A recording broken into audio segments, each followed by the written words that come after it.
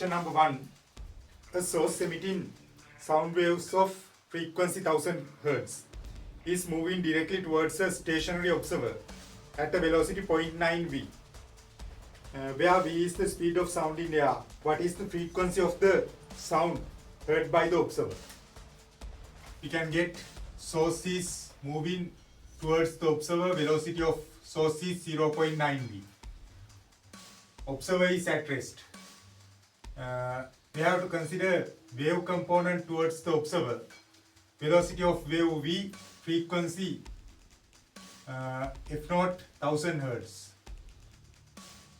Now we can use the equation for the Doppler effect. Apparent frequency equals to velocity of wave relative to receiver or observer. I will consider it as receiver, divided by velocity of wave relative to source multiplied by actual frequency.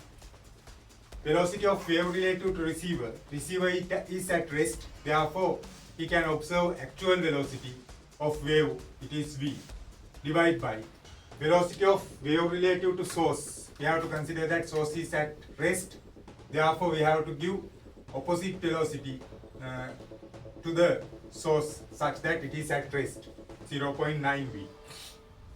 And we have to do same thing for the wave, 0.9 v in opposite direction. Then we can subtract velocities of the wave. V minus 0.9 v is 0.1 v. Real frequency is 1000 Hz. Then we can cancel out v and v. We can obtain answer is 10,000 Hz. Then answer is 5 for the question number 1. Then question number 2. A sound source A and B are placed at distance r away from a point. The sound intensity level measured at the point are 72 decibels and 92 decibels respectively. If the sound intensity of source is A, source at A at that point is I, what is the sound intensity of source B at that point? We can consider change of sound intensity level B2 minus B1 equals 10 log 10 of I2 divided by I1. B2 is sound intensity level at B, it is 92. Sound intensity level at A, 72. 10 log 10 of, we have to find I2, I1 is I. Sound intensity level at A is I. Then we can simplify 92 minus 72, 20 equals 10 log 10 of I2 divided by I. We can cancel out 0. Then we can convert this logarithmic equation to the index form. 10 to the power 2 equals I2 over I. We can find I2 value. 10 to the power 2i. It means 100i. Answer is 5 for the question number 2. Then question number 3. A uniform rope of length 5 meters and mass 2.5 kilogram hangs vertically from a rigid support.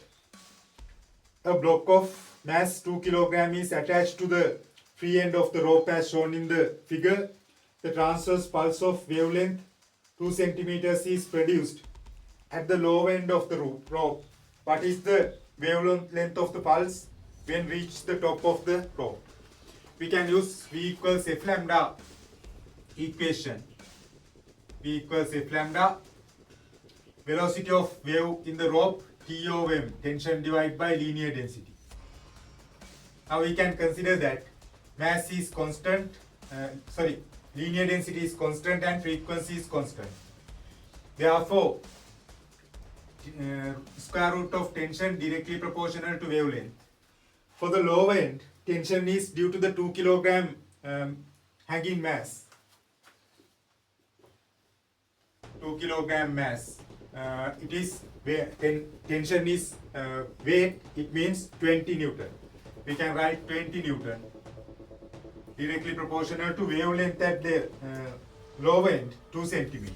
I will not convert units, I will use given units 2 centimeters. At this point we have to get this 2 kilogram mass and 2.5 kilogram mass of the rope. Then total mass 4.5 kilograms, it is 45 Newton, tension 45, root directly proportional to wavelength. Then we can divide two equations, 20 divided by 4, 5, 4, 45 divided by 5, 9. Then we can get the square root. Root 4 is 3, root 4 is 2, root 9 is 3, equals to 2 divided by lambda.